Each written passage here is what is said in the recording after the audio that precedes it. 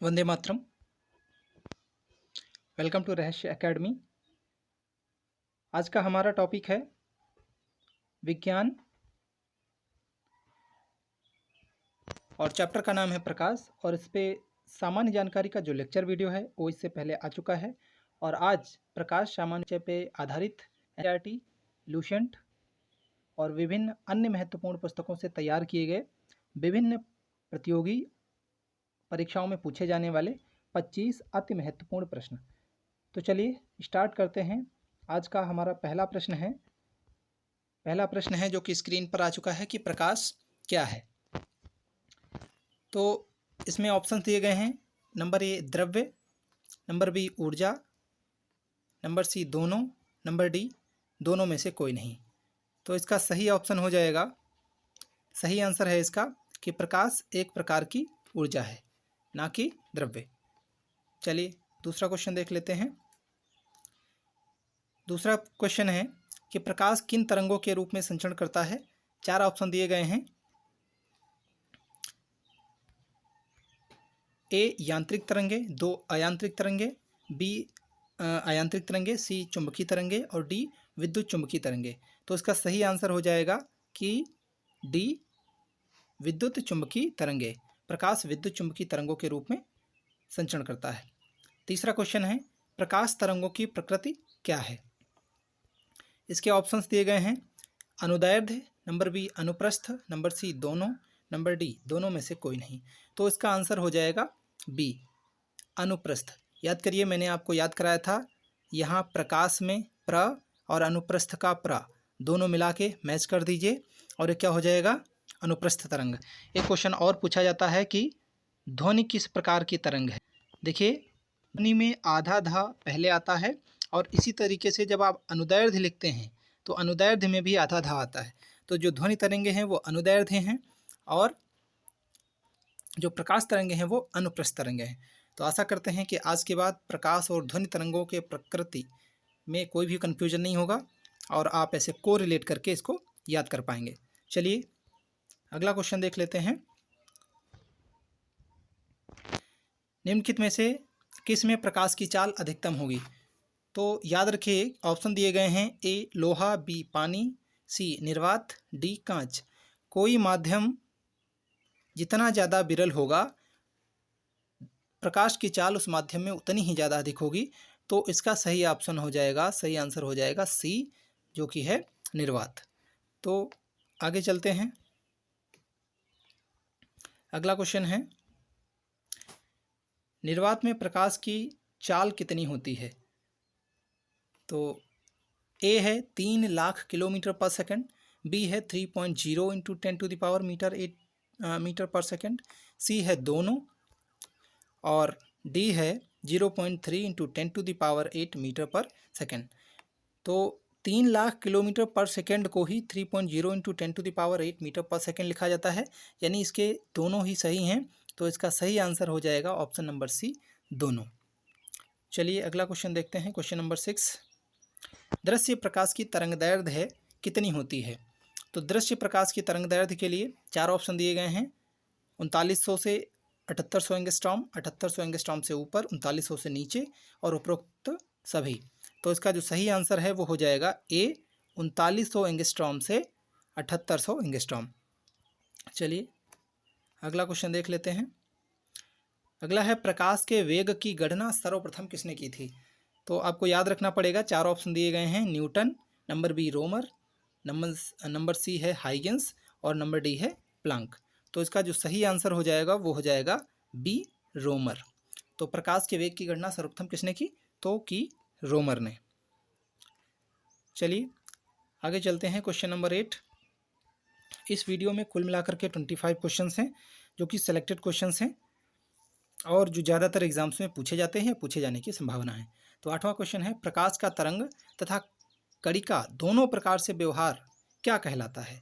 यह तरंग और कणिका दोनों प्रकार के जो व्यवहार हैं ये प्रकाश के किस व्यवहार के नाम से जाने जाते हैं। बहुत ही फेमस क्वेश्चन है और ज़्यादातर पूछे जाने की संभावनाएं हैं।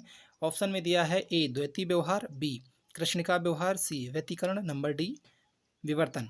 तो याद रखिएगा इसका आंसर सही हो जाएगा ए द्वैती व्यवहार, इसी को इंग्लिश में बोलते हैं ड्यूअल नेचर ऑफ लाइट। यानी कभी कभी प्रकाश क्या करता है, प्रकाश की कुछ घटनाएं तरंग के आधार पे होती हैं और कुछ उस कणिका सिद्धांत के आधार पर होती हैं। तो कुल मिलाकर के जो इसका आंसर होगा, इस प्रकृति को क्या बोलेंगे। और ये जो डिटेल है इसका लेक्चर वीडियो जो इस वीडियो से पहले आ चुका है वहाँ पे आप देख सकते हैं। तो इसका सही आंसर हो जाएगा ए, द्वैती व्यवहार।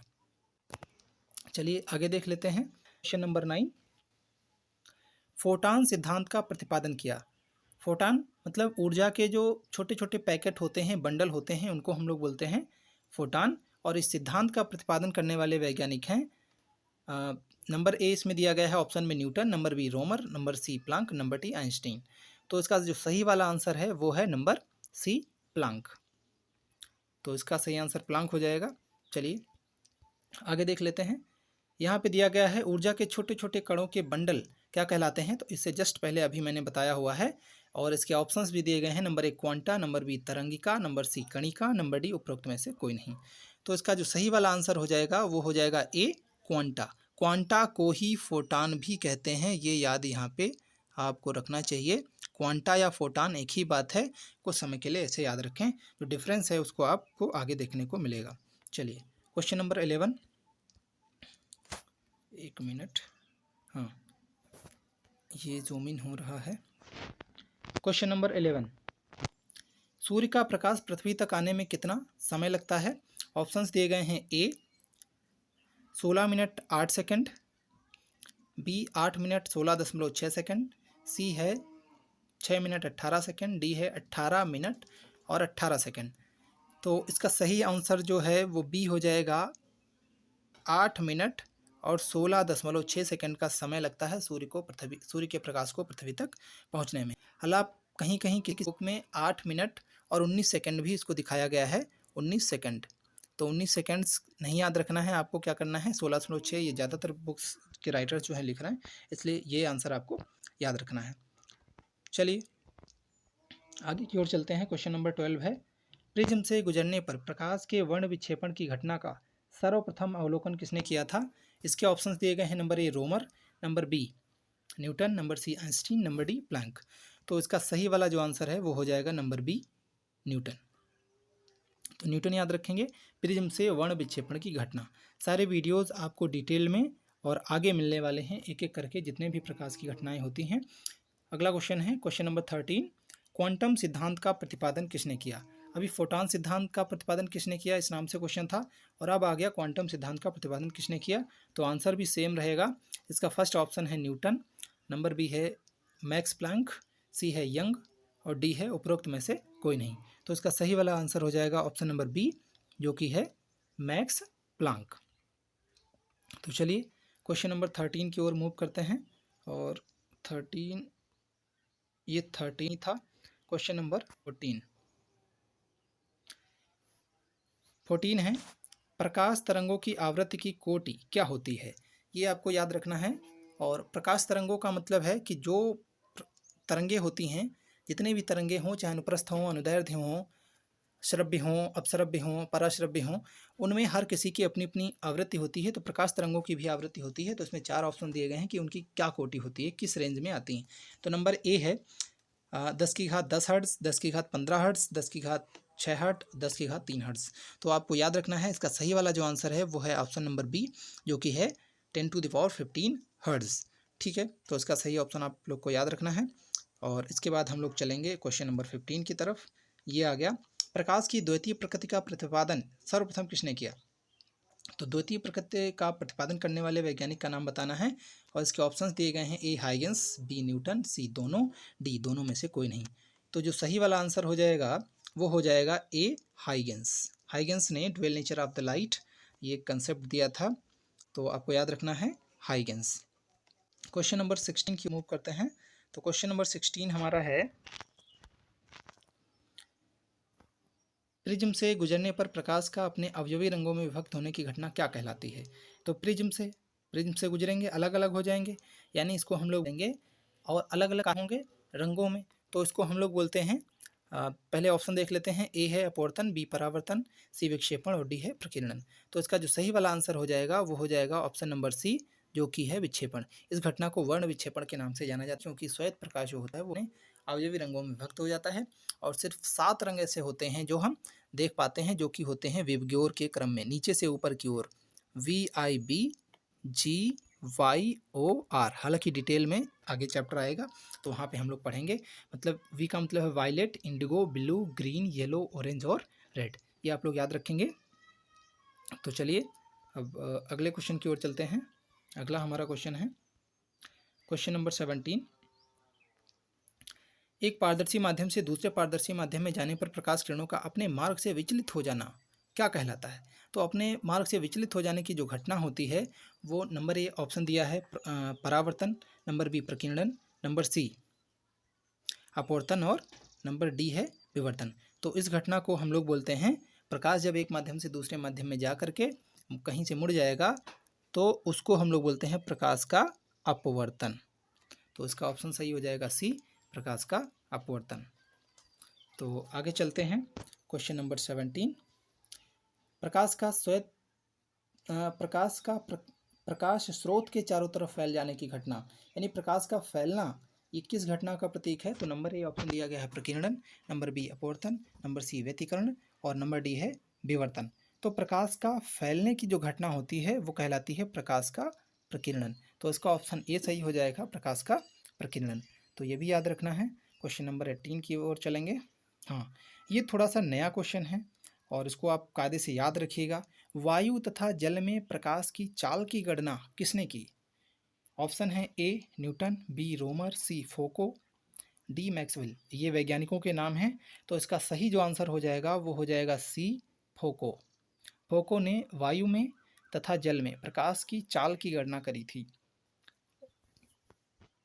तो इसका आंसर हो गया। चलिए क्वेश्चन नंबर 20 देख लेते हैं। हाँ, एक फोटान की ऊर्जा होती है, मोस्ट इम्पॉर्टेंट क्वेश्चन जिसको बोलते हैं वो है ये कि एक फोटान की ऊर्जा कितनी होती है? एक फोटान की ऊर्जा कितनी होती है? ई ऑप्शन है A E equal to H nu. ये एच न्यू लिखा हुआ है, वी नहीं है, इसको याद रखिएगा, ये लिखा हुआ है न्यू। तो ए है E equal to 2h nu, B equal to E equal to H nu, C E equal to H nu square, D E equal to H nu की होल स्क्वायर। तो इसका जो सही वाला आंसर हो जाएगा वो हो जाएगा B E equal to H nu. ये एक फोटान की ऊर्जा होती है और फोटान क्या होते हैं? ऊर्जा के छोटे छोटे बंडल या पैकेट। तो इसका ऑप्शन सही है option number B, E equal to H nu. ये आप सभी को याद रखना है, बहुत ही इंपॉर्टेंट प्रश्न है। और क्वेश्चन नंबर 21 की ओर चलते हैं, जो कि है कौन सी घटना प्रकाश की अनुप्रस्थ प्रकृति को प्रमाणित करती है? यानी अनुप्रस्थ प्रकृति को प्रमाणित करने के लिए एक घटना मात्र है जिससे पता चलता है कि प्रकाश की तरंगें जो हैं अनुप्रस्थ हैं, अनुदैर्ध्य नहीं हैं। इस घटना को प्रमाणित करने वाली जो घटना है, इस प्रकृति को प्रमाणित करने वाली जो घटना है उसके लिए ऑप्शंस हैं ए व्यतिकरण, नंबर बी विवर्तन, नंबर सी ध्रुवण और नंबर डी है प्रकीर्णन।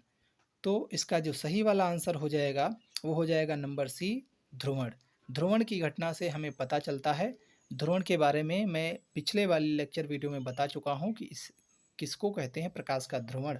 तो अगर देखना है तो वहाँ पीछे वीडियो में जा सकते हैं, जो कि है प्रकाश सामान्य परिचय L1 वीडियो के नाम से। तो इसका सही वाला ऑप्शन क्या हो जाएगा? ऑप्शन नंबर सी, इसका नाम है ध्रुवण। तो चलिए अब आगे की ओर चलते हैं। Question number 22। और 22 क्या है? निम्नलिखित में से कौन सी घटना ध्वनि तरंगों में नहीं हो सकती? फिर से वही बढ़िया सा क्वेश्चन है कि सारे ध्वनि का परावर्तन भी होता है कि हमें ध्वनि किसी की टकरा के वापस आके सुनाई देती है। व्यतिकरण भी होता है, व्यतिकरण का मतलब ओवरलैपिंग भी होती है तरंगों की। विवर्तन मतलब एक मुड़ के भी ध्वनि कहीं चली जाती है और सुनाई देती है। और उसके बाद क्या होता है? तो कौन सी घटना है जो नहीं होती है? तो इसका जो सही ऑप्शन है वो डी ऑप्शन है कि ध्रुवण जो है वो ध्वनि तरंगों का गुण नहीं है, यानी अनुदैर्ध्य तरंगों में ध्रुवण की घटना नहीं होती है। ये सिर्फ और सिर्फ अनुप्रस्थ तरंगों में या यूँ कह लीजिए प्रकाश की घटना है, जिससे प्रकाश का के ध्रुवण की घटना प्रमाणित होती है, या प्रकाश के कण होने को भी इसी घटना के माध्यम से प्रमाणित किया जाता है। तो चलिए क्वेश्चन नंबर 23 देख लेते हैं। क्वेश्चन नंबर 3 है, हाँ, टीवी रिमोट में प्रयुक्त विकिरण स्पेक्ट्रम के किस भाग में पड़ती है? टीवी रिमोट जिससे हम लोग अपने घरों में टेलीविजन्स को कंट्रोल करते हैं, वो किस विकिरण में आता है? परावैंगनी, अवरक्त, दृश्य या उपरोक्त में से कोई नहीं। तो इसका सही वाला आंसर हो जाएगा अवरक्त, अवरक्त विकिरण। तो इसका सही आंसर याद रखिएगा, अवरक्त विकिरण। अब हम लोग चलते हैं आगे की ओर। क्वेश्चन नंबर 24, चंद्रमा से परावर्तित प्रकाश को पृथ्वी तक आने में लगा समय कितना है? तो यहाँ पे ऑप्शंस दिए गए हैं 12.8 सेकेंड, 1.28 सेकेंड, 1.28 मिनट या 12.8 मिनट। तो इसका जो सही ऑप्शन है वो है ऑप्शन नंबर बी। ये इसका सही आंसर हो जाएगा। 1.28 सेकेंड का टाइम लगता है कि सूर्य का प्रकाश चंद्रमा से परावर्तित होकर के पृथ्वी तक आने में इतना समय लेता है। तो चलिए लास्ट क्वेश्चन है इस वीडियो का। सूर्य में होने वाली रासायनिक क्रिया क्या है? यानी जो सूर्य से हमें ऊर्जा सतत रूप से हजारों करोड़ों सालों से जो ऊर्जा प्राप्त हो रही है सूर्य पे, इस ऊर्जा का स्रोत क्या है? तो उसके लिए ऑप्शन दिए गए हैं। ए नाभिकीय विखंडन, बी योगात्मक अभिक्रिया, सी नाभिकीय संलयन और डी वियोजन अभिक्रिया। तो इसका सही ऑप्शन हो जाएगा कि सूर्य के ऊपर जो प्रकाश होता है वो हल्के हल्के हीलियम के नाभिक जुड़ करके बड़ा नाभिक बना लेते हैं और इसलिए इस घटना को नाभिकीय संलयन की घटना के नाम से जाना जाता है। तो कुल मिलाकर के इस क्वेश्चन का जो आंसर है वो हो जाएगा नाभिकीय संलयन। तो प्रकाश जो कि सामान्य परिचय था उस पे डिपेंडेंट आपके जो 25 क्वेश्चंस थे वो यहाँ पे फिनिश होते हैं। और अगला वीडियो जो हमारा आएगा वो कोई इंटरेस्टिंग वीडियो में लेके आऊँगा, उसकी तैयारी चल रही है। फ़िलहाल थोड़ा सा टाइम की वजह से वीडियोस रेगुलर नहीं, लेकिन हफ्ते में आपको एक वीडियो अभी मिलेंगी, फिर रेगुलर डेली कुछ ना कुछ वीडियोस आपको मिलती जाएंगी। और चैप्टर वाइज हम लोग क्रम से चलेंगे। प्रकाश में चल रहे हैं तो पहले प्रकाश पूरी यूनिट में जितने भी टॉपिक्स आते हैं, चाहे वो प्रकाश का समतलों पर अपवर्तन हो और चाहे गोलीय दर्पणों पर हो परावर्तन हो, समतलों से परावर्तन हो, गोलीय दर्पणों से परावर्तन हो, चाहे लेंस से अपवर्तन हो, चाहे प्रकीर्णन हो, चाहे ध्रुवण हो, चाहे मानव नेत्र हो, चाहे आपके सूक्ष्मदर्शी दूरदर्शी हों, चाहे अन्य जो संबंधित प्रश्न हैं, सारे प्रश्न एक एक करके आपको मिलने वाले हैं, सारे टॉपिक्स। और हर टॉपिक पे अलग से आपको 20 से 25 क्वेश्चन मिलेंगे जो कि महत्वपूर्ण होंगे और आगे एग्जाम्स में पूछे जाएंगे। तो ये वीडियो देखने के लिए आप सभी का